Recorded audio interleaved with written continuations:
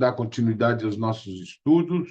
Terminando o capítulo 19, nós vamos ler a parábola da figueira seca e fé divina e a fé humana.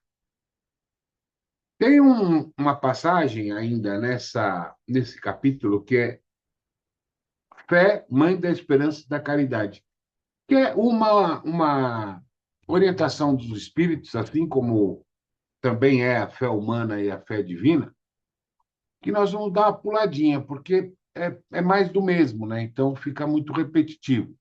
Mas se vocês quiserem depois voltar a estudar, tá? Pode voltar a estudar essa passagem. Então nós vamos falar só sobre a parábola da figueira seca e da fé humana e da fé divina. Então vamos acalmando o nosso pensamento, elevando nossos corações ao Cristo, acertando a nossa respiração e dizendo: Irmão Jesus, é em teu nome que nós nos reunimos hoje para aprimorar os nossos estudos do Evangelho, adquirindo sabedoria e tuas orientações no caminho da evolução. Agradecendo a todos os irmãos do plano espiritual que aqui comparecem, iniciamos os estudos com a oração que o Pai nos deixou. Pai nosso que estás no céu, santificado seja o vosso nome, venha a nós o vosso reino, seja feita a vossa vontade, assim na terra como no céu. O pão nosso de cada dia nos dai hoje, perdoai as nossas ofensas, assim como nós perdoamos a quem nos tem ofendido. Não nos deixeis cair em tentação e livrai-nos de todo mal, porque teu é o reino, o poder e a glória hoje e sempre. Que assim seja. Carolzinha, fica à vontade. Então, vamos dar continuidade ao capítulo 19, começando pelo tópico 8, que é a parábola da figueira seca. Quando saíram de Betânia, ele teve fome e, vendo de longe uma figueira, foi ver se poderia nela encontrar alguma coisa. E, tendo se aproximado, não encontrou senão folhas, porque não era tempo de figos. Então Jesus disse à figueira: Que ninguém coma de ti nenhum fruto. O que seus discípulos ouviram. No dia seguinte, passando pela figueira, viram que ela havia se tornado seca até a raiz. E Pedro, lembrando-se das palavras de Jesus, disse-lhe: Mestre, vede como a figueira que amaldiçoaste se tornou seca. Jesus, tomando a palavra, disse-lhe: Tende fé em Deus. Eu vos digo, em verdade, que todo aquele que disser a essa montanha: Tira-te daí e lança-te ao mar, e isso sem hesitar no coração, mas crendo firmemente que tudo o que houver dito acontecerá, ele o verá com efeito acontecer. A figueira seca é o símbolo das pessoas que não têm senão as aparências do bem, mas em realidade não produzem nada de bom. Oradores que têm mais brilho do que a solidez. Suas palavras têm o verniz da superfície. Agradam aos ouvidos, mas quando perscrutadas nelas, não se encontra nada de substancial para o coração. Depois de tê-las ouvido, pergunta-se qual proveito disso se tirou. É ainda o emblema de todas as pessoas que têm os meios de serem úteis e não o são, de todas as utopias, de todos os sistemas vazios, de todas as doutrinas sem base sólida. O que falta na maioria das vezes é a verdadeira fé, a fé fecunda, a fé que comove as fibras do coração. Numa palavra, a fé que transporta montanhas. São as árvores que têm folhas, mas não frutos. Por isso, Jesus as condena à esterilidade, porque um dia virá em que estarão secas até a raiz. Quer dizer que todos os sistemas, todas as doutrinas que não tiverem produzido nenhum bem à humanidade cairão no nada. Que todos os homens voluntariamente inúteis, por falta de terem colocado em prática os recursos que tinham, serão tratados como a figueira seca. Os médiuns são os intérpretes dos espíritos. Suprem os órgãos materiais que faltam a este para nos transmitirem suas instruções. Por isso, são dotados de faculdades para esse efeito. Nestes tempos de renovação social, têm uma missão particular. São as árvores que devem dar o alimento espiritual aos seus irmãos. São multiplicados para que o alimento seja abundante. Encontram-se por toda parte, em todos os países, em todas as classes da sociedade, entre os ricos e entre os pobres, entre os grandes e os pequenos, a fim de que não haja deserdados e para provar aos homens que todos são chamados. Mas se desviam do seu fim providencial, a faculdade preciosa que lhes foi concedida, se a fazem servir às coisas fúteis ou nocivas. Se a colocam a serviço dos interesses mundanos, se em lugar de frutos salutares dão frutos mansãos, e recusam em torná-la proveitosa para os outros. Se dela não tiram proveito para si mesmos, em se melhorando, eles são como a figueira estéril.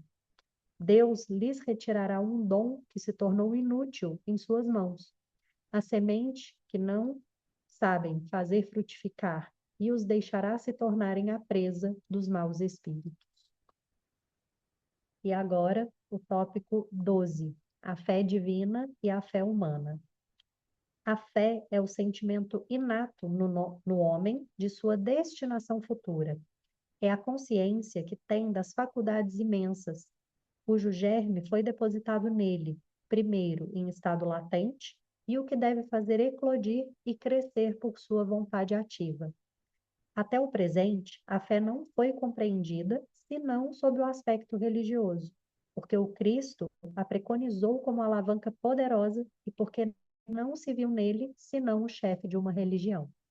Mas o Cristo, que realizou milagres verdadeiros, mostrou por esses mesmos milagres o que pode o homem quando tem fé, quer dizer, a vontade de querer, e a certeza de que essa vontade pode receber seu cumprimento. Os apóstolos, a seu exemplo, não fizeram milagres? Ora, quem eram esses milagres, senão efeitos naturais, cuja causa era desconhecida dos homens de então, mas que se explica em grande parte hoje e que se compreenderá completamente pelo estudo do espiritismo e do magnetismo? A fé é humana ou divina, segundo o homem aplique suas faculdades às necessidades terrestres ou às suas aspirações celestes e futuras. O homem do gênio, que persegue a realização de alguma grande empresa, triunfa se tem fé, porque sente em si que pode e deve alcançar, e essa certeza lhe dá uma força imensa.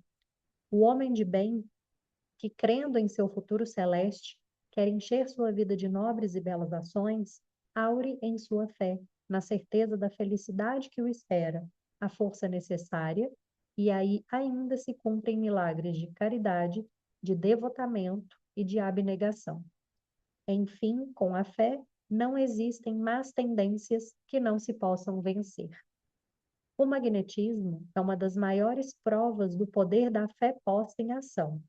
É pela fé que ele cura e produz esses fenômenos estranhos que outrora eram qualificados de milagres. Eu repito, a fé é humana e divina. Se todos os encarnados estivessem bem persuadidos da força que têm em si, se quisessem colocar sua vontade a serviço dessa força, seriam capazes de realizar o que, até o presente, chamou-se de prodígios, e que não é senão um desenvolvimento das faculdades humanas. Nós estamos falando de fé ainda, né? Nós estamos no capítulo de 19, a fé que move montanhas. Então, nós vamos continuar falando de fé até o fim desse capítulo. A fé.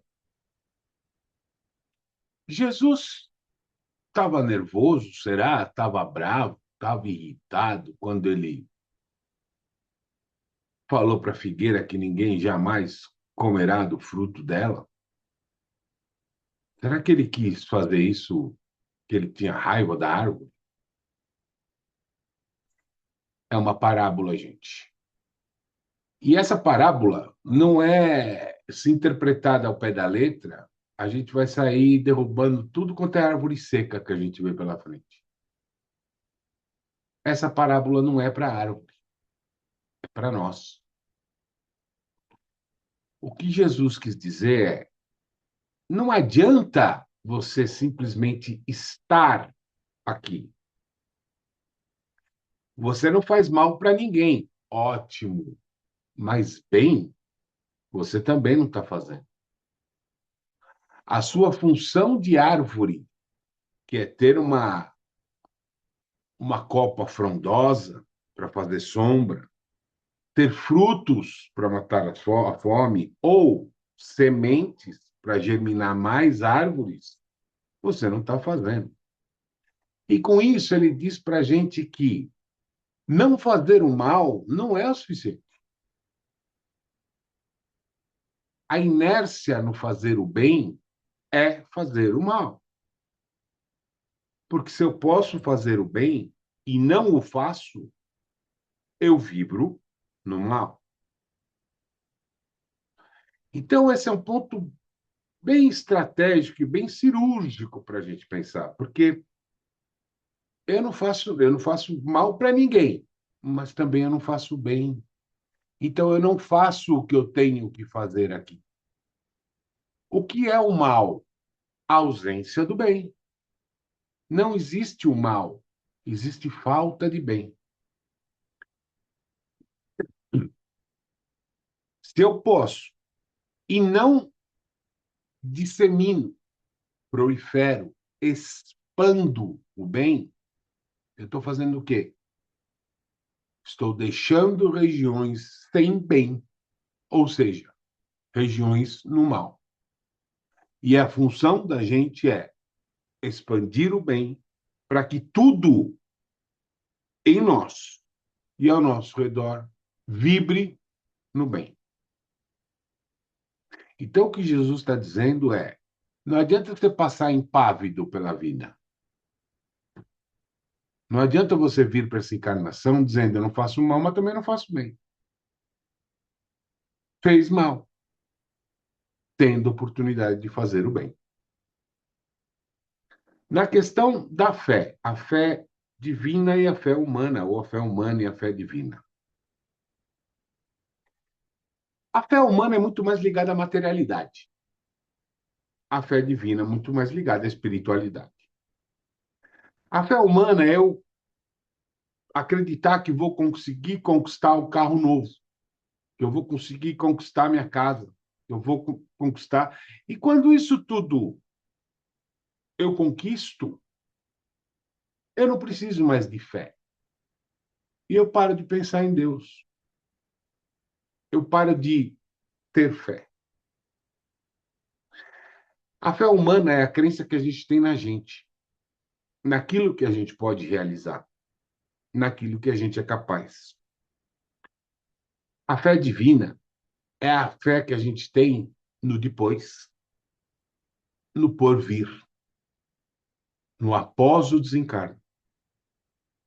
E é essa fé divina que eu preciso abastecer se eu quiser que o meu espírito tenha uma continuidade de vida melhor. A fé humana é mais ou menos assim: eu penso, Deus proporciona, ou Deus cria, ou Deus me dá. Pronto. Deus virou um instrumento de pedido. Deus virou um funcionário daquela criatura obcecada.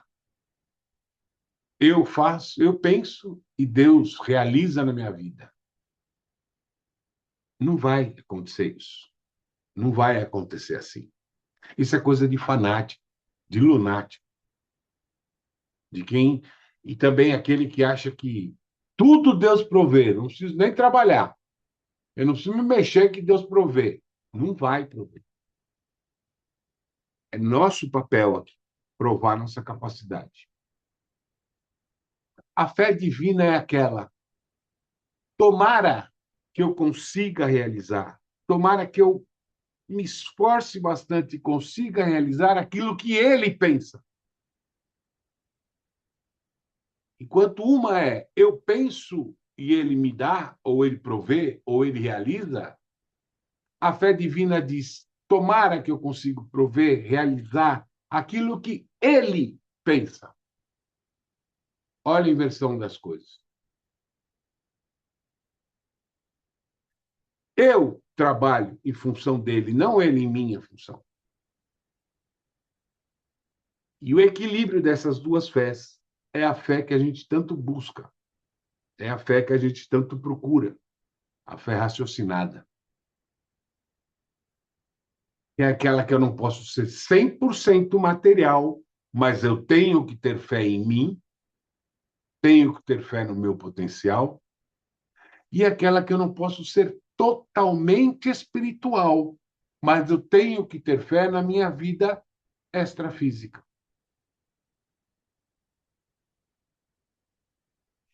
Essa fé, esse equilíbrio de fé, é a fé raciocinada. É aquela fé consciente, é aquela fé que não é doentia, não é idolatria, não é cega, ela é pensada, ela é raciocinada. É, esse tipo de fé é uma coisa muito difícil da gente alcançar, porque a gente ainda é muito apegado à materialidade. Mas quando a gente pensa numa fé que eu sou uma criatura originada de uma outra criatura, que é o ser primário de todas as coisas. Se eu sou um ser criado por um ser primário, criador de tudo, eu tenho no meu DNA espiritual o mesmo poder. Então eu sou Deus? Sim, eu sou. Eu já falei para vocês. Vocês são um universo habitado por bilhões de micro-organismos. Vocês têm flora, vocês têm fauna, vocês são 3% água, como o planeta Terra é. E a responsabilidade da vida desses bilhões de organismos que estão na sua fase evolutiva, assim como nós já estivemos, é de vocês. Porque se vocês interrompem a vida de vocês, é como se alguém interrompesse o planeta Terra. Todo mundo ia morrer. Então vocês são, sim, esses deuses desse universo. E vocês podem fazer tudo o que Deus faz? Podem. Dentro das suas proporções, dos seus limites, podem. Basta ter fé. Basta acreditar que eu sou parte desse universo gigantesco que ele criou. Eu sou uma célula desse universo. E, como tal, posso fazer o que todas as demais células fazem. Isso é fé divina. Certo, crianças? Então, vamos agora para o nosso encerramento, relaxando o nosso corpo, elevando o nosso pensamento ao Cristo e novamente dizendo a Ele: Irmão Jesus, mais uma vez estivemos reunidos em Teu nome, agradecendo a todos os irmãos do plano espiritual que aqui comparecem, aos nossos mentores, nós agradecemos e pedimos que continuem nos intuindo, nos orientando, nos protegendo, nos direcionando, nos ensinando. Aos espíritos de luz, nós agradecemos e pedimos que fluidifiquem a água para que, ao bebermos, nos livremos dos nossos males físicos e espirituais e nos concedam a bênção divina do passe nessa transfusão mágica de energia em que cada integrante dessa reunião vê à sua frente, projeta à sua frente uma entidade de luz que transfere para o topo da sua cabeça um feixe de luz branco perolado, que passa a tomar o seu corpo, empurrando todas as energias do seu corpo para os pés e dos pés para a terra.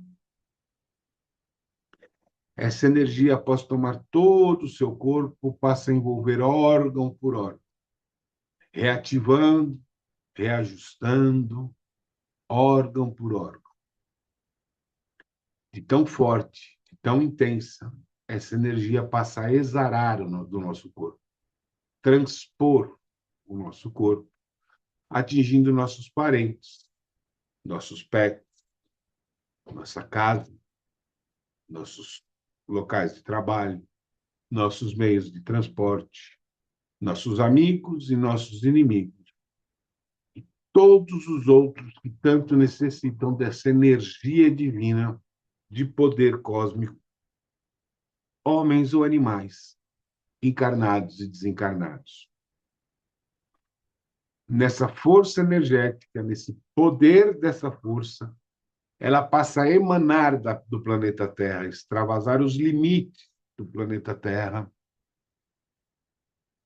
e invade todo o universo.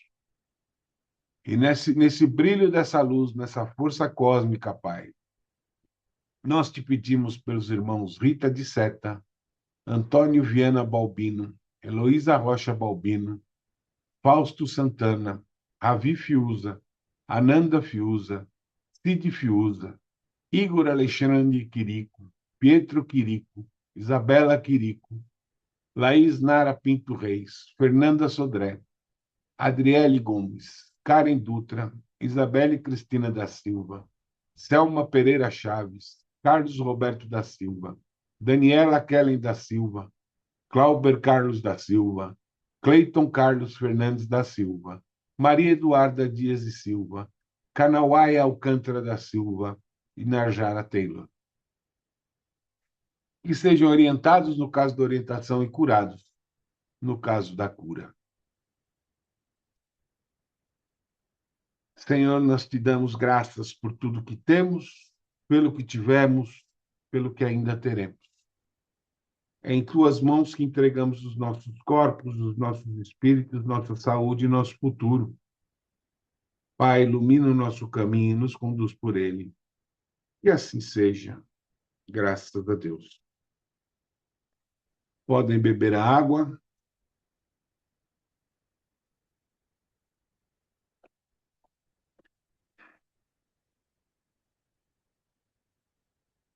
A gente se vê daqui 15 dias, provavelmente dia 4 de agosto, certo?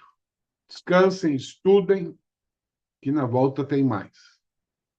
Fiquem todos com Deus, sempre na mais alta vibração.